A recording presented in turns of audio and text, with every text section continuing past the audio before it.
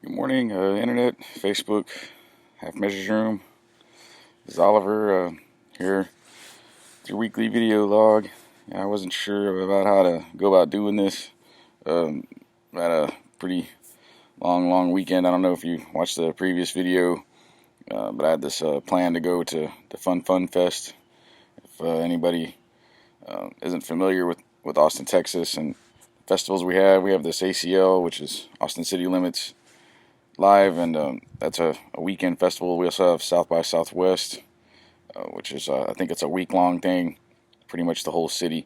Fun is similar to ACL. It's downtown near the river on Auditorium Shores. I've been going to it for a while now. It's where they pretty much take old bands that have broken up and have come back together, or they bring bands that have broken up back together. It's a lot of indie bands, independent label stuff, not too much corporate. It's a lot of punk rock, heavy metal, and some rap. The rap's been a little more introduced past few years. It's been a lot bigger. In fact, something I've noticed over this weekend is this one stage is pretty much just nothing but rap. So that's pretty cool. Nas, I don't know if I've already talked about this, but Nas was one of the big headliners. He's really grown in his stylings and his rap. I don't believe he cusses anymore in his new stuff. But he did curse last night. Something I didn't know about Fun is these bands that are invited to come and play at this festival have to play their old stuff, like from the first two albums. So that's what Nas was doing, was rapping from the first couple albums that he had put out. So there's a lot of cursing.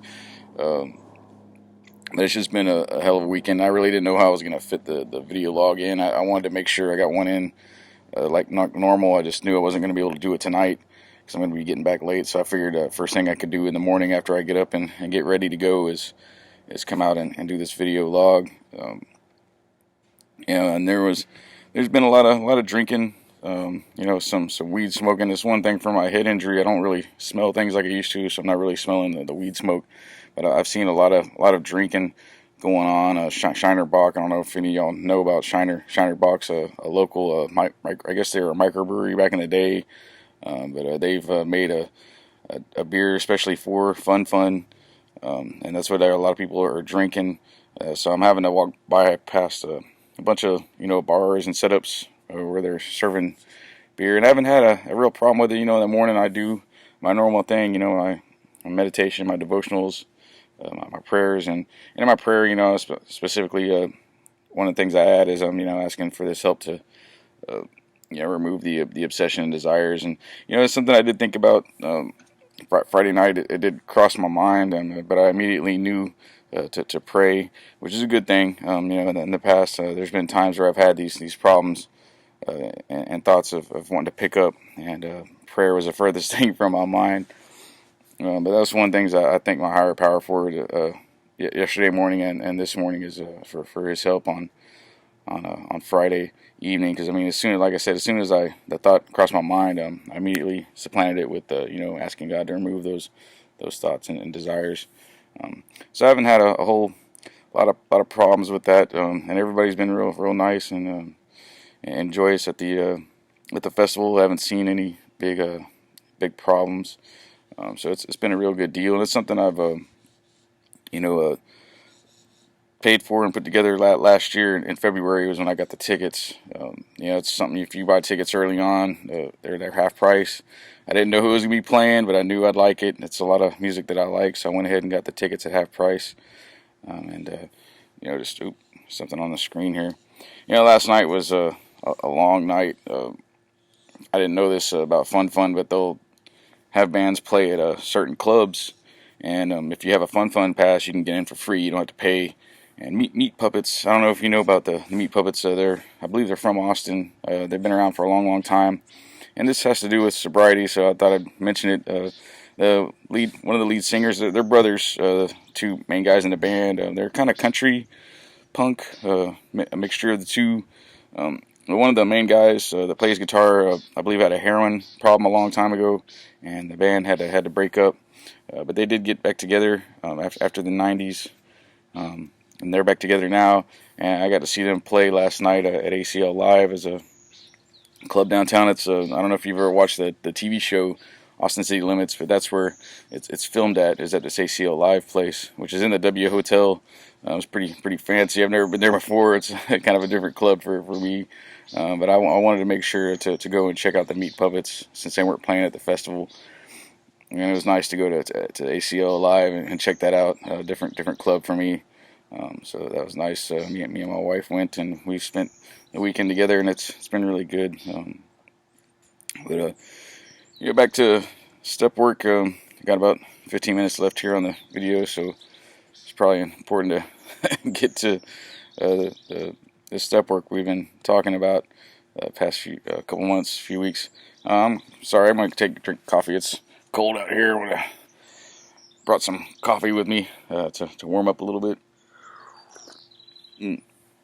Just want to drink some of that before it gets cold. We're to step 8. We make this list and become willing to make amends to people that we've harmed. There's a lot of things about this step that I want to kind of cover. It's stuff that I've talked about before when discussing step 8. But I think there's some really key things that need to be brought up. To me, step 8 and 9, it's almost like step 6 and 7. I think they're really easy to combine as one step, but they really should be separated. And there's a big reason why. I think willingness is a big key issue. Having this willingness to make these amends to these people, this list. Before I go into that though, as far as the list goes, for those of you that are familiar with the big book.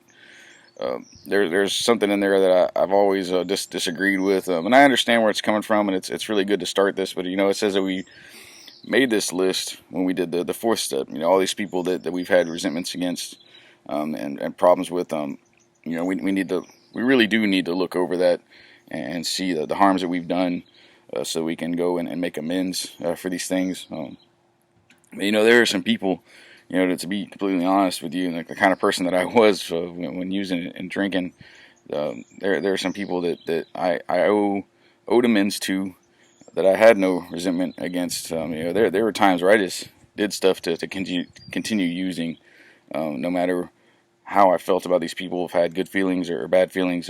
It was all about me, the selfishness, and it just didn't matter to me about these other people. It was all about me at that time.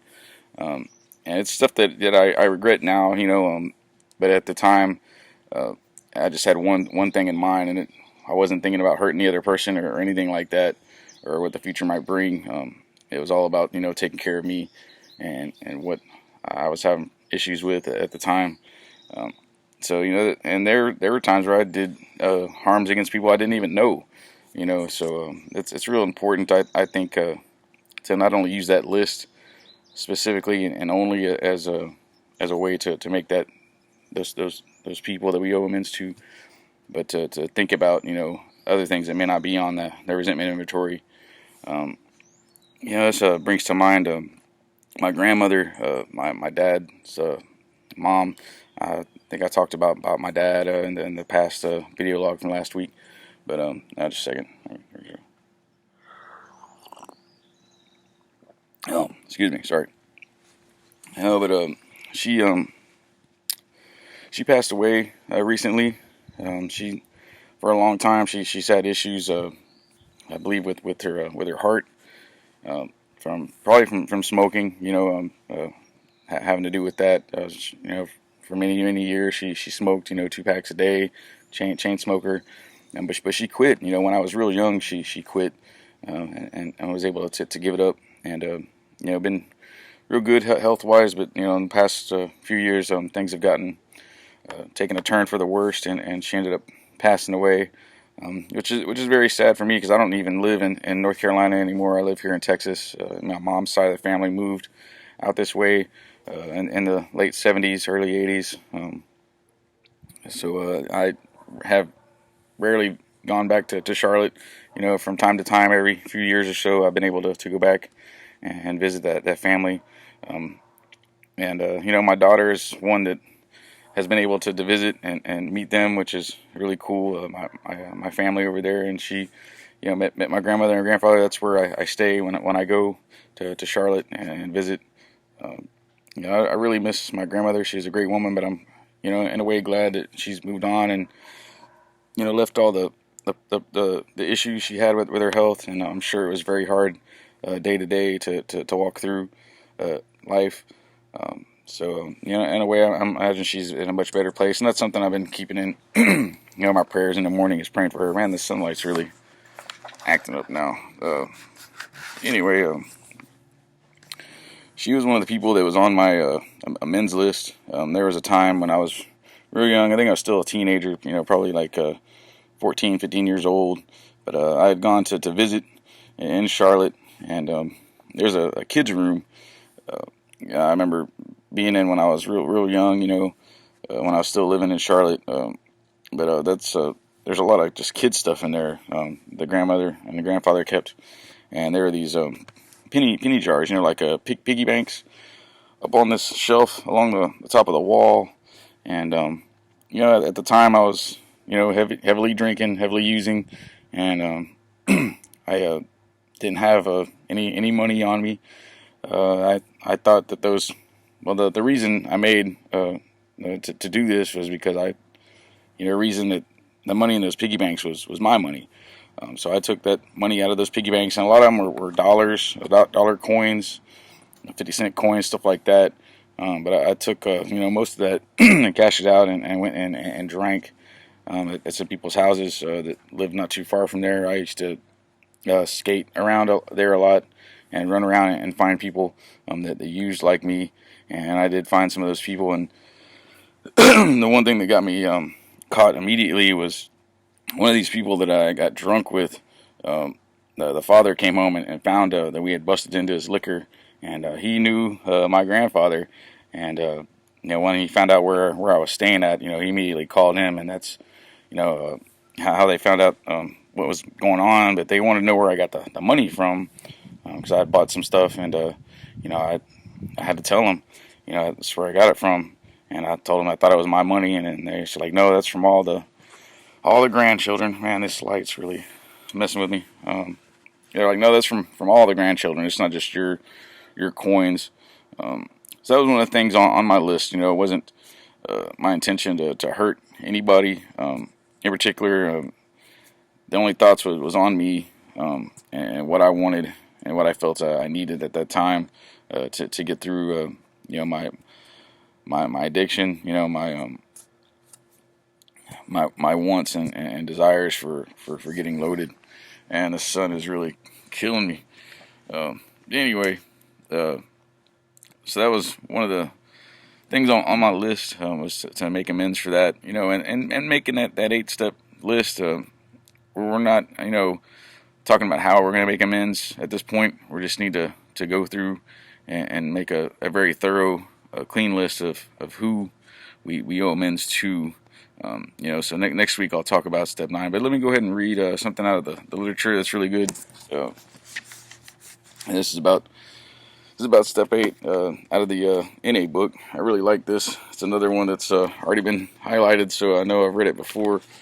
This is on page 36. It says, "We have become ready to understand rather than to be understood. We can live and let live easier when we know the areas in which we owe amends. It seems hard now, but once we have done it, we will wonder why we did not do it long ago. We need some real honesty before we can make an accurate list. In preparing to make the 8-step list, it is helpful to define harm. One definition of harm is physical or mental damage. Another definition of harm is inflicting pain, suffering, or loss. The damage may be caused by something that is said, done, or left undone. Harm can result from words or actions, either intentional or unintentional.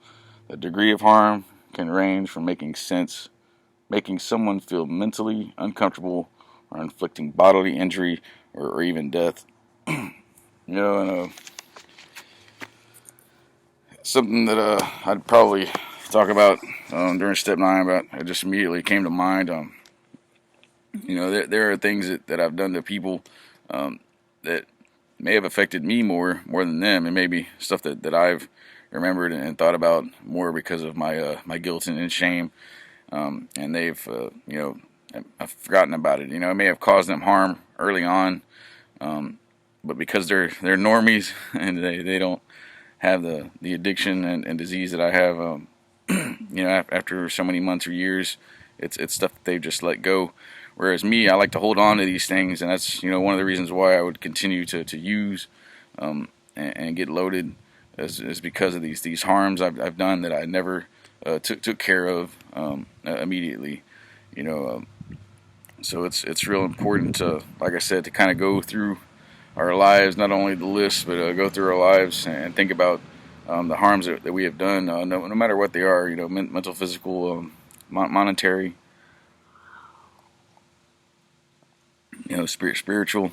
It's important to kind of go through that list and make it, and before we make any kind of amends, to sit down with our sponsors and go over this list. And that's one of the things that my sponsor's real big about when I have an issue in sobriety, and like I've said before, first thing he asks is if I've talked to my higher power, and then he's like, well, it sounds like you got some writing to do and then after I do the writing, we go through that fourth column to see where I've been at fault, and then he'll ask me to look at that and see if there's any amends that I need to make. And it's not something that my sponsor does himself. It's my job to go over that and find the faults and where I may have caused harm to other people. It's not something that someone else should point out for me. It's always something that I need to own up to and be humble about and honest with. It's kind of like doing step one all over again, but in different instances. Being honest and admitting where my life's become unmanageable, and I've been powerless over the alcohol and the drugs, and that's why I've caused these problems. Because normally, I wouldn't have wanted to cause harm to these people, or maybe there were instances, where in the resentment list where I did want to cause harm to people, but it wasn't until later that I regretted it and want to make amends for it. And I think the main reason for making amends is not only to piece together and become serene and be a better person. What was I? But to kind of make whole that stuff that I've tried to hide and shove under the rug, because it's never going to go away. It's always going to creep out and get worse. I'm always going to remember it, and that just makes for worse times, in the future. I want to have a clean heart and a sound mind, and really, strive for that change, because change is never going to happen just because I'm doing things different today. I need to try to clean up the stuff that I've done in the past. That way, if it's never revisited, it's always something that I've done. And it's another thing, after going through these steps, when you become a sponsor, it's good to make these amends, in the sense that we can pass this on to other people that may be having issues. They may not want to look at some of these things that they've done to people because they're so bad, and they wanted to forget them, but for me as a sponsor to go and tell them what I have done, and that it was frightening for me, but I did it for a reason so that I wouldn't pick up again, and the results of that is very good. Helping someone to realize that they're not alone, and what's an important reason for doing that. We got a minute left, so I guess I'll wrap things up. Man, this sun is really coming up over here. I had a really hard time thinking about what to put as a link underneath this video on the halfmeasuresroom.com website. At first I was thinking about this band, thinking back to Fun. There's a band that played last night that I like a lot. I don't really listen to them much anymore. I'm not really into the hardcore, punk rock type stuff. I really like more like rock and roll and the original, punks from the late 70s, that kind of stuff. There's a band that's been sober. They've always been a sober band, and they're called Sick of It All. Which I don't know if some of y'all may have heard of Minor Threat. Sick of It All was a little bit later in the 80s. But they played last night, and that's what I was thinking of doing, is putting a link for their music underneath here. But I was like, nah, that's not really nothing to do with the step work. I mean, it has to do with sobriety and recovery, I'm sure, but nothing to do with step work specifically. So the only thing I could think of off the top of my head was Rum Radio. If none of you have checked that out, if there's some of you that haven't heard of Rum Radio, I've known Joseph for a long time. He's the creator of that page. He's one of the first people I met in the program 20 years ago. We had the first sponsor together, which was really cool. And me and Joseph used to do a radio show together online about sobriety, and he still does his radio program. If you go to Blog Talk and blogtalkradio.com and look up Rum Radio, you'll see what I'm talking about. But I'm going to put a link to his website underneath here, and it goes through all the steps and sponsorship. And there's a blog on there that I wrote called Steel on Steel, which I'll talk about later on when we get through the rest of the steps. Steel on Steels are a really good thing to do. It's 12-step centered, but it's for people that have already gone through the program. But Joseph has really done an excellent job on this website, and so I'm going to go ahead and put the link for that here, so y'all can check that out and hopefully listen to his radio program. But I'm at that 20-minute mark now, so I'm going to let y'all go, and hope y'all have a great week, and I'll see you next Sunday. If I can find the stop button. Oh, there it is. This light is just bad out here.